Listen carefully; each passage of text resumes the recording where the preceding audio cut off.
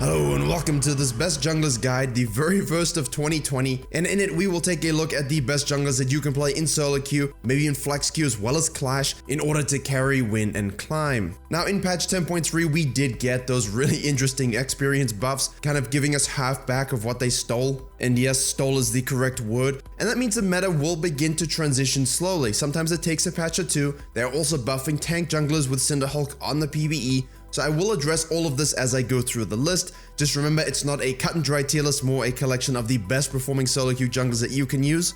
So if you have something that you are enjoying playing with and having success with, let me know in the comments below. And of course, please consider liking and subscribing if you do enjoy the Season 10 content. And so without hesitation, let's jump into what I'm just gonna call S tier from now on. When I say page 1 and 2, people kinda got very confused. These are usually the best performing junglers. And yes, you're probably wondering, hey Virkayu, why is Ekko still on top? That's because rumors of his demise were greatly exaggerated. Turns out when all you do is take away 50% of his bonus damage to monsters, which would slow his clear down and thus his experience gain, but then you give junglers more experience back anyway, it kind of ends up cancelling out. The nerf really doesn't do anything to jungle Ekko.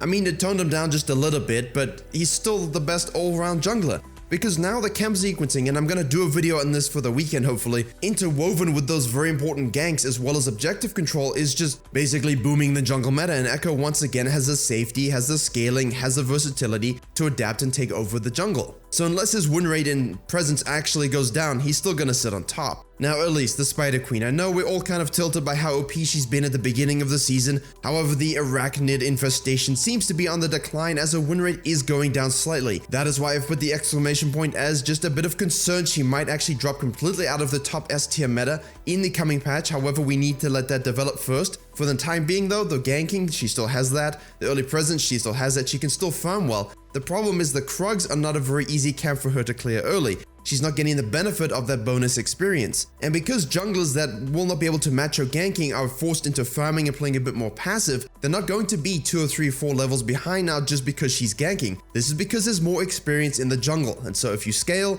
you're gonna have a better time. And of course, that's really what you want when you face Elise, because even from the front, as things can look good, behind her is a whole bunch of legs, and that's just kinda creepy. Now Olaf is, he's still there. He's still full clears and he can do Krugs pretty well. He still runs at you, chaining axes and hitting you in the back, basically blood eagling you to death, or it kind of feels that way in league equivalency. The whole point is, his win rate isn't so good because you need to understand win conditions. You need to know how to end the game before you do actually get kited out. And if you don't secure the heralds, if you don't secure the Dragon Soul win condition, that's going to be pretty easy for the enemy to do. So, in conclusion, Olaf full clear? Good. 1v1 battles? Yeah, he wins those. Objective control? Pretty easy. Vikings are still the best, and his beard is second only to Ornn's. And yes, fourth here we do have Shaco, Shaco, Jack in a Box, whatever you want to call him. He's annoying, he's irritating, he has such a unique playstyle that he can seem to just exist, and he also does tend to build that Tiamat quite often, which means that Krug experience is juicy fresh for him.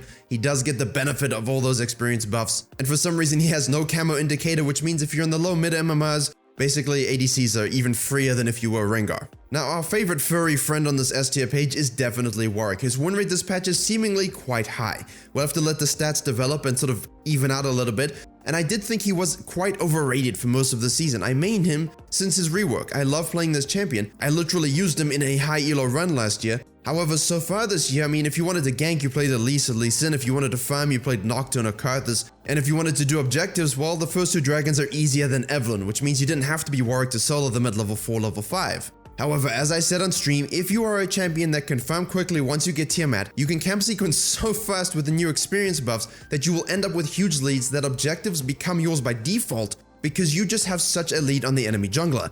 And this is very much proving to be the case, so if you happen to be a bottom laner, I highly suggest getting a doggy tree to distract him because he's definitely ganking bottom lane. Master Yi though is just the stuff of nightmares. I don't know why he exists. As I've said in multiple previous videos, he's not that good, but he's also very good. Honestly, if you're coordinated, you can shut him down. The problem is he's the only reason, along with Taric, that funnel exists. Even after a few of the XP nerfs we just had on the funneling strategy, I'm still seeing it win in high elo and challenger. Basically, these experience buffs have been the saving grace of farming or scaling junglers, because guess what? If the enemy is ganking 1,000 times in the first 3 minutes, you're not going to be at least 3 levels behind. And if you're Master Yi, that's all you want, because as soon as you get that first triple kill around the dragon fight, pentas are basically a given. Finally, we have Jarvan and Lee Sin. I don't need to say too much about them because we talk a lot about them in most videos. Jarvan's win rate is seemingly having a little bit of a burst for the beginning of this patch. He's not being overshadowed by Elise, he's not being outdone by Lee Sin. His ability to gank, his ability to farm all camps once he gets Tiamat, if you build that, or even just a few items, means he really is the best of both worlds. And with Cinderhulk potentially being buffed next patch, his tank build could help that win rate go up just even a little bit further when you need something that can hard engage and survive. Now Lee Sin also has the exclamation point of a warning sign because his win rate is dwindling also. Much like Elise, the focus on ganking and not having to farm too much really benefits this kind of champion. However, when jungle experience is sort of buffed a bit more and it's a bit more valuable, the counter jungling that you lose by ganking so much means the enemy jungler can maintain or even have a higher level advantage of you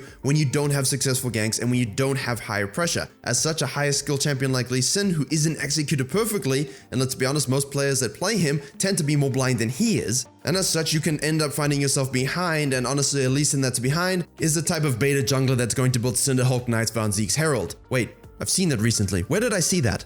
So if the Lee Sin and Elise fall from S tier, these from the A tier will bounce right up and take their place. Kha'Zix is still ever adaptable. Build Conqueror, you can go into basically any team composition. The thing that can keep him down now is the Krug camp, because before you just do the big one and the small one and then you run away.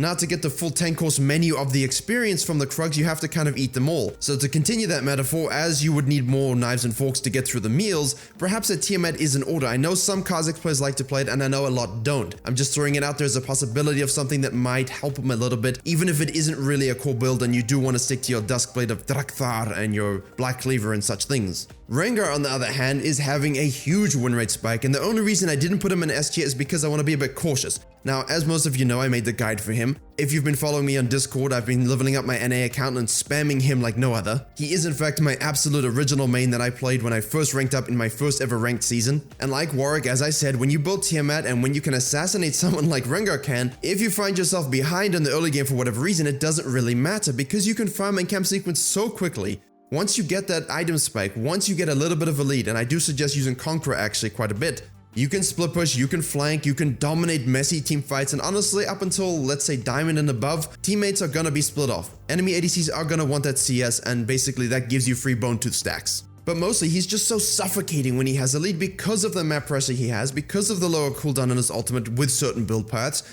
and the fact that if two people clump together, that one shot becomes a one shot times two, and when you can secure objectives and guarantee take out the enemy jungler no matter what else do you need in your life? Kinda sounds like I'm knocking on your door trying to sell you the Bible of Rengar. Maybe it'll go better than the Bible of Jungle Zyra and Jungle Ornn though, so who knows. And next up we have Zachary. Yes, he is a blob, yes he is green, and yes he can make funky noises. But honestly, isn't that just great because he's not Sejuani? That's it, he's not Sejuani, he's more fun, and they used a condom to make his sound effects. What more do you want?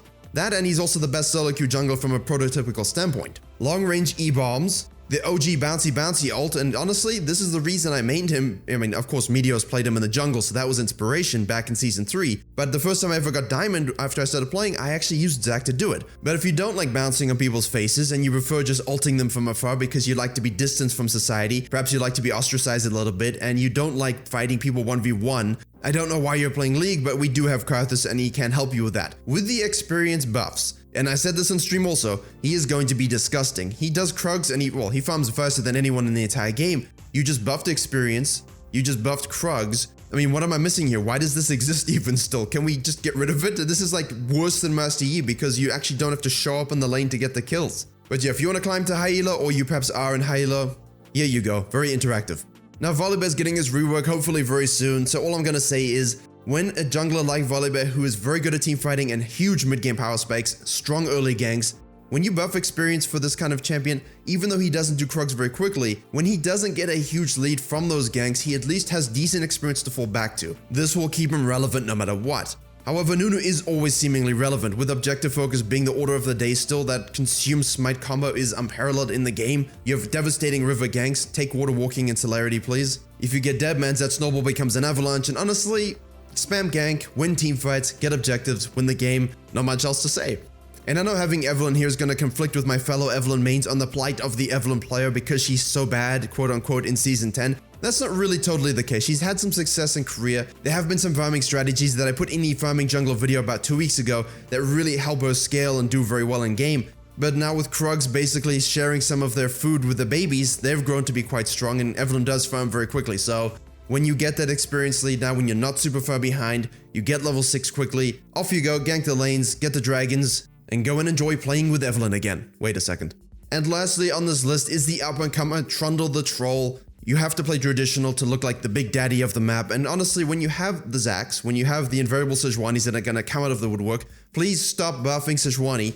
Then you can use Trundle, because you can steal all the tanky stats and become an absolute monster. He's great against melee champions like Yasuo and things like that. But when you have things that are stacking resistances, you have the Ornn's top lane, you have these other things running around that do have tanky stats like Leona engages, Nautilus supports. This is absolutely great for a champion like Trundle. That ultimate just becomes an absolute surging power spike. Sort of like a pseudo Olaf, and you can actually run Tiamat so your clears become super fast.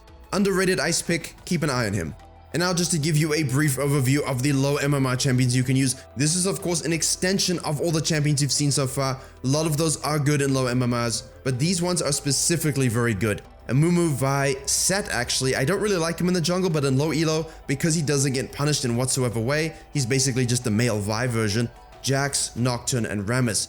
All of them provide either the farming, the split push, the team fighting potential, and the lockdown required in order to get to gold. You can of course use them to climb in gold and platinum as well, they just have the best performing metrics in silver and below. Add this to things like your Nunus and your Volibears, you're definitely going to have a really nice wide champion pool for all the situations that you might have support your Yasuos. For high elo, not much changes, although I will point out that Nidalee one of the hardest junglers to really execute because it requires you to invade and use that ranged form as a really oppressive dominatrix style jungler, because you do not want to reach the late game where enemy junglers have better teamfight potential, better lockdown, and basically can make you feel kinda useless. Rek'Sai is similar in that she is actually performing much better in Diamond and Platinum than she has done in the past, but it's kind of the same thing. Once you get to those later game phases, everyone's coordinated and grouped, you have a much tougher time engaging and doing good things when you don't have flash up. But aside from all the obvious ones, Taliyah is the most interesting. Once again, very high skill camp champion. People just don't want to play her. She could be the best champion in the game and no one wants to play her, and that was a rioter posting that on the subreddit about a few months ago. That being said, it is very much an EU West and Korea thing. You do not see it nearly as much in NA. Definitely the high elos in Europe love to play Taliyah jungle, they love to play Qiyana jungle, and in Korea you do see it as well, but they really do love the Nidalee out of those high elo niche picks. Nonetheless, you can't go wrong with any of them if you're in the Master Tier Plus range. Okay, I hope you enjoyed this breakdown and the context within the 10.3 updates. You can see the jungle meta is definitely going to be shifting. If it does continue to shift quite drastically, don't sleep on things like Graves, for example. That could really come out of the woodwork. And the 10.4 buffs for Cinderhulk do go through. I will do an updated video as necessary. Thank you very much for watching. I hope you were able to enjoy and learn something. Please do like, share, and comment if you did. Don't forget to subscribe for jungle videos coming very soon. And as always, I will see you all in the next tutorial.